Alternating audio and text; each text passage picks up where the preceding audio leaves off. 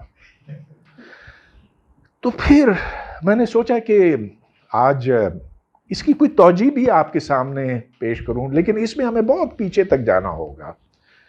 4000 سال پہلے چلتے ہیں، چین کی جو قدیم تہذیب تھی، جس کے بارے میں چینی بہت فخر کرتے ہیں، کیونکہ انہوں نے بہت کچھ دریافت کیا تھا، بہت کچھ ایجاد کیا تھا، یہاں تک کہ کاغذ کی ایجاد وہیں کی ہے، بارود کی ایجاد چین سے آئی، اور یہ تو ہزاروں سال پرانی تہذیب ہے۔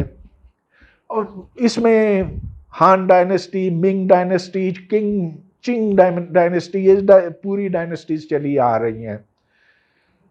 کچھ وقت کے بعد یہ مان پڑ گئیں، انگریز بھی آ گیا، یہ تھم گئے، لیکن کوئی ماؤ کے دور کے آخر میں یہ پھر اٹھ کھڑے ہوئے۔ انہیں یہ احساس ہوا کہ ہماری ماضی تو بڑی شاندار ہے سائنس اور ٹیکنالوجی کی، لیکن ہماری تعلیم وہ نہیں ہے جو سائنس اور ٹیکنالوجی کے لیے درکار ہے، اس کے موافق ہے۔ تو انہوں نے پھر بہت زور دیا میتھمیٹکس کے اوپر، اور میتھمیٹکس اور ریڈنگ پر کمپریہنشن پر۔ ان کی تعلیم پہلے سے ہی اچھی تھی، لیکن اب انہوں نے اس کو بہت بہتر بنا دیا، بہت کمپیٹیٹو بنا دیا۔ اگر آج آپ پوچھیں کہ دنیا کے میتھ اولمپیاڈز میں، فزکس اولمپیاڈ میں، کیمسٹری اولمپیاڈ میں نمبر 1 کس کا ہے، تو that is China. Absolutely number 1 is China. امریکہ کوئی 6 یا 7ویں نمبر پہ ہے، اور اس سے امریکہ کو بڑی پریشانی ہے، اور ہونی بھی چاہیے۔ ویتنام، جس کو امریکہ نے ٹھیک ٹھاک مارا تھا، جس کے اوپر ہر روز B-52 بامبرز پرواز کرتے تھے، بم گراتے تھے، اب وہ امریکہ سے آگے نکل گیا ہے میتھمیٹکس میں۔ تو چائنا نے پھر جو اپنی تعلیم کو بدلا، اور ہم دوسرے اسباب پر بھی آئیں گے، لیکن وہ بہت اہم بات تھی۔ اب چائنا کی ایک پوری تاریخ تھی، اور جیسا کہ میں نے کہا کہ اگر آپ ان کی سائنس کی ماضی دیکھیں تو بہت کچھ آپ کو ایسے ملتا ہے جس میں انہوں نے پہل کی تھی۔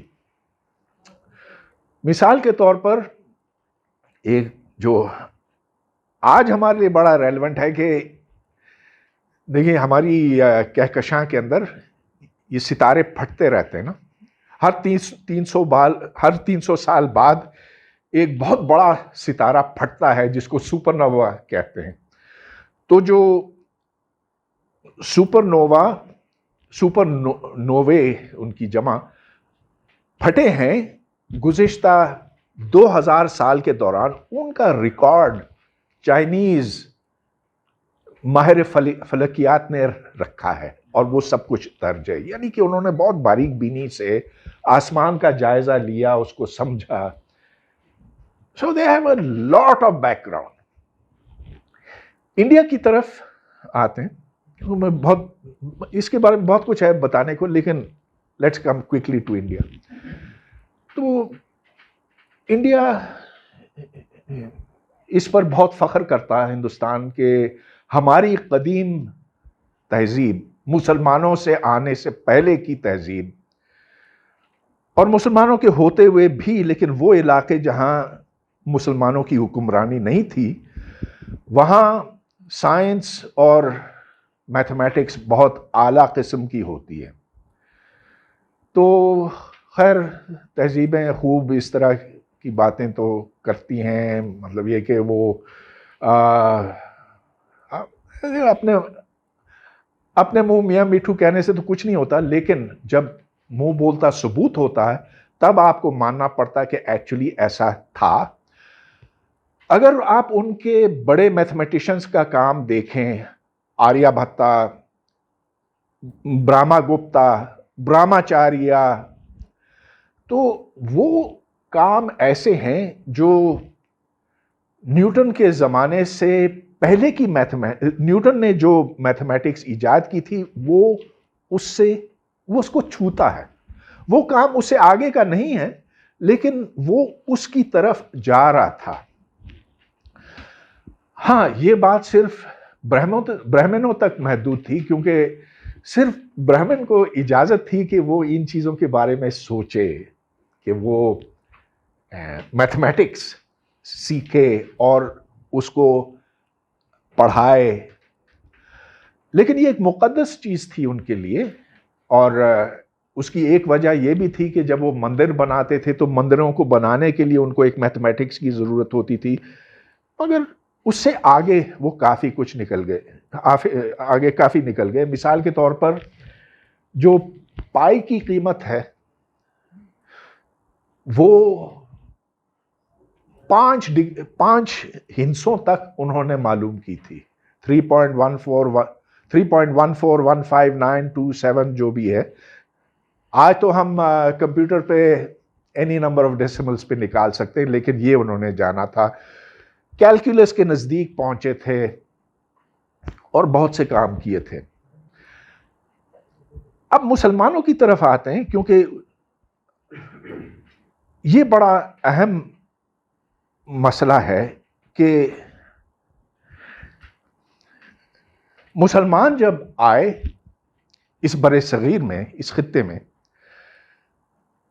تو وہ اپنے ساتھ علم نہیں لائے. دین لائے لیکن علم نہیں لائے، سائنسی علم نہیں لے کر آئے. دیکھیں، یہاں محمد بن قاسم 712 میں پہنچا، لیکن سائنس کی ابتدا اسلامی تہذیب میں رسول صلی اللہ علیہ وسلم کی وفات کے کوئی 150 سال بعد شروع ہوئی.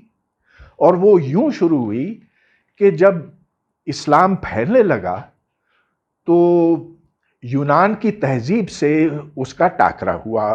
یہ معلوم ہوا کہ یونان کے لوگ آخر جو سے 1000 سال پہلے کی بات ہے، وہ کیا کچھ کرتے رہے سائنس کے میدان میں، ریاضی کے میدان میں، فلسفہ وغیرہ وغیرہ. اور جب وہ بغداد، دمشق، جندیشہ پور، ان جگہوں پر پہنچے تب انہیں اندازہ ہوا کہ یونانی زبان کے اندر کیا کچھ ہے. تو پھر ترجمے کا عمل شروع ہوا، اور یہ آپ کہہ سکتے ہیں کہ 9ویں صدی سے لے کر 13ویں صدی تک جتنی سائنس تھی اس پورے کرے پہ، اس پوری دنیا میں، وہ مسلمانوں کی تھی. تو واقعی وہ زمانہ تھا جب مسلمانوں نے بہت بڑے کارنامے انجام دیے. اور جیسے ابن الہیثم ہے، ابن الہیثم نے جو کتاب المناظر لکھی وہ 300 سال بعد تک، 500 سال بعد تک پڑھی جاتی تھی، کیونکہ اس کے اندر بہت بنیادی اصول درج تھے. لیکن یہ آپ یاد رکھیں کہ وہ اس طرف تھا، دنیا کے اس طرف تھا، عرب کی طرف تھا، بغداد میں تھا، پھر بعد میں ہسپانیہ. یہاں کوئی نہیں، یہ اس علم کا اس طرف آنا نہیں ہوا. تو جب البیرونی یہاں پہنچا، البیرونی آیا تھا جس نے محمود غزنوی کے ساتھ یہاں پہنچا. اس کے ساتھ اس کے ہمراہ آیا، لیکن وہ لوٹ کھسوٹ کے لیے نہیں آیا، وہ دیکھنے کے لیے آیا، سمجھنے کے لیے آیا. اور اس نے سنسکرت سیکھی. بڑا ذہین آدمی تھا. اس نے پھر پورا مطالعہ کیا کہ آخر ان کی جو پرانی کتابیں ہیں اس میں کیا کچھ ہے.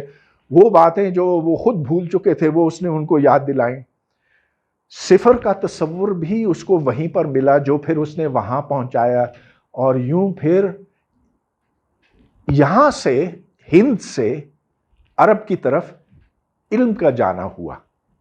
لیکن ادھر سے ادھر کچھ نہیں آیا. نتیجہ یہ کہ یہاں سلطنتیں تو بنی، مغلیہ سلطنت، لیکن وہ سائنس ریاضی اس چیز میں ان کی قطعاً کوئی دلچسپی نہیں تھی. اچھا اب یہ زمانہ تھا جہانگیر کا جب سر ٹامس رو جو برطانیہ کا سفیر تھا. دیکھیے نا شروع میں تو کمپنی آئی تھی، برٹش ایسٹ انڈیا کمپنی آئی تھی. وہ کوئی وہ قبضہ کرنے کے ارادے سے نہیں آئے، وہ تجارت کے ارادے سے آئے. لیکن انہوں نے دیکھا کہ یہاں تو کوئی نظام ہی نہیں ہے، اور وہ آہستہ آہستہ اس میں اپنا حصہ چھینتے چلے گئے، اپنی طاقت بڑھاتے چلے گئے، اپنے آپ کو مضبوط کرتے چلے گئے. اور پھر ایک ایسا وقت آیا جب انہوں نے بس پورے ہندوستان کو فتح کر لیا. تو مگر شروع کے دنوں میں جب وہ آئے، جب انگریز یہاں پر آیا، تو یاد رہے کہ یہ وہ سائنسی انقلاب کا زمانہ ہے جو یورپ میں اس وقت برپا ہو چکا تھا، بلکہ وہ ان پروسیس تھا. تو یہ سفیر جو ہے وہ آتا ہے، اس کی بڑی پیٹیاں ہیں، اس کے اندر سائنسی آلات ہیں، اس میں یہ چشمے ہیں، اینک ہیں، اور وہ اینک دیتا ہے بادشاہ کو. بادشاہ دیکھ کر بڑا اچھا ہے، مجھے تو اب صاف نظر آنے لگتا، دور بھی نظر آتا ہے، نزدیک بھی نظر آتا ہے.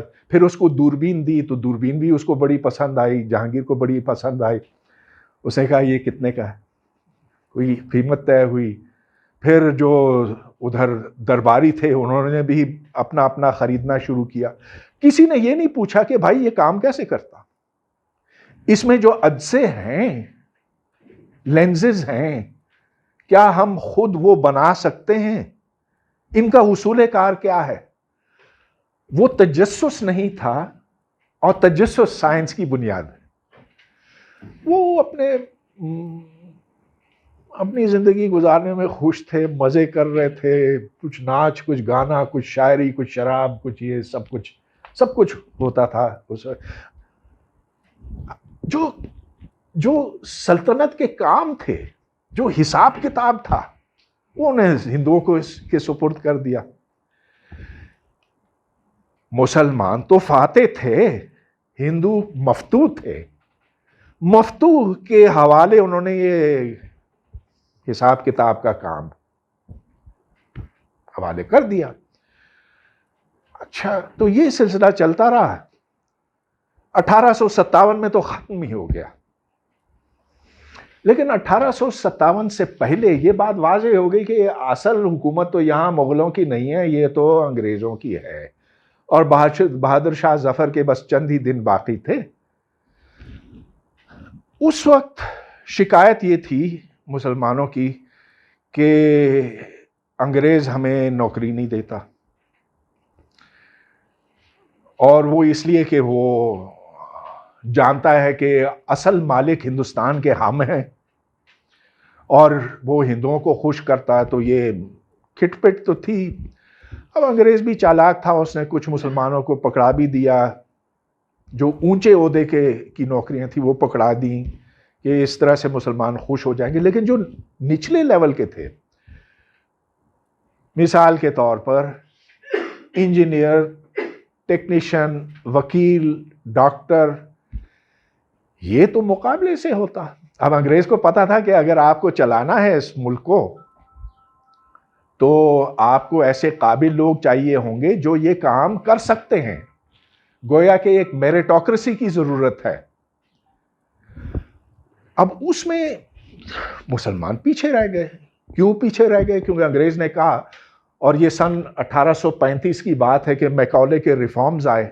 اس نے کہا کہ میں اب یہاں پورے تعلیمی سلسلے کا، اس پورے نظام کا یہاں یہ اثر نو بناؤں گا. اس کو ٹھیک کرنے کے لیے اب میں رقم بھی ڈالوں گا برطانیہ کی طرف سے. یہاں اسکول بنیں گے، کالج بنیں گے، مگر وہ صرف جدید تعلیم کے لیے، روایتی تعلیم کے لیے نہیں. یہ جو ادارے بنیں گے اس میں انگریزی پڑھائی جائے گی، اس میں سائنس، اس میں جدید علوم، اس میں نہ ہندوؤں کا نہ مسلمانوں کا روایتی نصاب چلے گا. ہاں اگر کوئی پٹھشالے چلانا چاہتا ہے، مدارس چلانا چاہتا ہے، ہم اس کو نہیں روکیں گے، لیکن اس کو ہم فنڈ نہیں کریں گے. تو ہندوؤں میں بھی کچھ ایسے بہت سے تھے جنہوں نے کہا کہ نہیں، ہمیں یہ نہیں چاہیے، ہمیں یہ برا لگتا ہے، ہم اپنے پٹھشالوں کو، ہم اپنی روایتی تعلیم کو اچھا سمجھتے ہیں. مگر ان میں بہت سے ایسے بھی تھے جنہوں نے کہا کہ نہیں، اب وقت آ گیا، اب زمانہ بدل گیا. تو جیسا کہ راج موہن رائے ہے، اس نے کہا کہ یہ جو سنسکرت کی تعلیم ہے ختم کرو، غارت کرو اس کو، ہمیں انگریزی سیکھنی ہے. یہ سر سید احمد خان سے 50 سال پہلے کی بات ہے. اور اس نے کہا کہ یہ جو ہندو روایات ہیں کہ یہ ستی ہے، یہ جو عورتوں کے ساتھ برا ہوتا ہے ہندو مت میں، یہ جو پورا کاسٹ نظام ہے، برہمن، شتری، شودر، اس پورے نظام کو ختم کرو. اچھا، اس کی مخالفت تو ہوئی، لیکن بہت سے لوگوں نے اس کو قبول بھی کیا. نتیجہ یہ کہ ہندوؤں کی ایک بہت بڑی تعداد بنتی چلی گئی جس نے کہا کہ انگریز سے مطالبہ کیا، انگریز سے تقاضا کیا کہ ہمیں اسکول دو، ہمیں کالج دو، ہمیں یونیورسٹی دو. اور یونیورسٹی آف کلکتہ بنی، یہ اب مجھے تاریخ یاد نہیں ہے، 1836 میں، 1837 میں، کچھ اس طرح کا. تو کھلی تھی یونیورسٹی، سارے جا سکتے تھے اس میں، لیکن اس میں انٹرنس بھی تھی کہ آپ کو پہلے وہ ایگزام کلیئر کرنا ہوگا. تو ایگزام بہت کم مسلمان کلیئر کر سکے. اچھا، پھر 1857 کی جنگ آتی ہے جس نے پوری ہندوستان کی سیاست کو بدل دیا. اور وہاں اصلاح کی پہلی کوشش ہوئی، اور یہ کوشش سر سید احمد خان کی ہے، آپ اچھی طرح سے جانتے ہیں. سر سید نے کہا کہ مسلمانوں سے کہا کہ بھائی دیکھو، ہم پچھلے 100 سال سے یہ روتے رہے ہیں کہ مسلمان زوال پذیر ہے، کہ اس کا کوئی حال نہیں ہے، کہ ایک زمانے میں ہم حاکم تھے، اب حاکم کیا، اب تو ہم ہندوؤں سے بھی نیچے گر گئے ہیں. اس کی وجہ ہم یہ نکالتے رہے ہیں ماضی میں کہ ہم راہ راست سے ہٹ گئے، کہ ہم نے اللہ کی رسی تھامی ہوئی نہیں تھی، کہ اگر ہم یہ کر لیں تو دوبارہ ٹھیک ہو جائے گا سب کچھ. اگر نہیں، اس طرح نہیں ہوگا کام. اب اگر مسلمان کو آگے بڑھنا ہے، اپنے مفادات کا تحفظ کرنا ہے، تو اسے وہی کرنا ہوگا جو ہندو نے کیا، یعنی کہ انگریزی سیکھو، سائنس سیکھو، جدید علوم سے واقفیت حاصل کرو، اور وہ کرو جو تمہارے آباء و اجداد نے کیا تھا آج سے 500 سال پہلے، یعنی کہ جو بغداد میں ہوا تھا، جس کے بارے میں ہلکا ہلکا علم تھا ان کو، لیکن اس سے زیادہ نہیں. تو آپ نے پڑھا ہے کہ سر سید احمد خان کو کچھ کامیابی تو ہوئی، علی گڑھ مسلم یونیورسٹی بنی، لیکن اس مسلم یونیورسٹی سے کوئی سائنس نہیں نکلی، ادھر سے پاکستان نکلا، یہ آپ کو پتا ہے. سر سید نے پھر بھی اپنے طور پر جو وہاں ترجمے کا سلسلہ شروع کیا، جو انہوں نے کہا کہ اسلام کو اب جدید سائنس کی روشنی میں دیکھنے کی ضرورت ہے. یہ جو مولوی کہتے ہیں یہ سچا اسلام نہیں ہے، سچا اسلام سچا ہے اور سائنس سے مطابقت رکھتا ہے. خیر، اس کی بہت مخالفت ہوئی، کچھ کامیابی ان کو ہوئی، زیادہ نہیں. نتیجہ یہ کہ جب نوکریوں کی بات آتی تھی تو مسلمان پیچھے رہ جاتا تھا. اور حالانکہ ہمارے جو تاریخ دان ہیں، مورخ ہیں، وہ کبھی اس کی بات نہیں کرتے، لیکن یہ وہ وجہ ہے کہ 2 قومیں بنی اس بر صغیر میں کہ ہم کمپیٹ نہیں کر سکتے تھے. ہندو ادھر چلا گیا، مسلمان ادھر ہی ٹھہر گیا. ہم کہتے رہے کہ یہ انگریز کی سازش ہے. ہندو کہتا تھا کہ تم رہ جاؤ ادھر، ہم آگے چلتے چلے جائیں گے، اور چلتے چلے گئے۔ اب باقی تو آپ تاریخ کے حقائق سے اچھی طرح سے آگاہ ہیں کہ پھر مسلم لیگ کی تحریک چلی، جناح صاحب کی پاکستان بنا۔ سن 47 میں جب پاکستان بنا تو ایک یونیورسٹی تھی یہاں پر، پنجاب یونیورسٹی، جو سارے اچھے پروفیسر تھے اس کے وہ ہندو تھے، اکا دکا کوئی مسلمان ہوگا، باقی جتنے اچھے پروفیسر تھے وہ سارے ہندو تھے، اور سارے وہ بھاگ گئے۔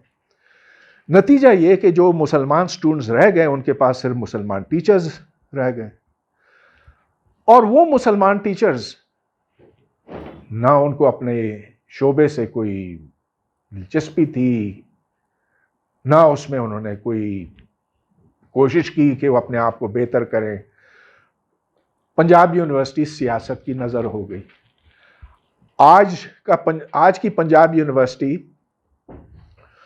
اور 100 سال پہلے کی پنجاب یونیورسٹی کا مقابلہ کریں تو آپ کو پتہ چلتا ہے کہ اس زمانے کی پنجاب یونیورسٹی میں زیادہ لرننگ تھی، زیادہ علم تھا بنسبت آج کے جب جماعت اسلامی نے اس پر قبضہ کیا ہوا۔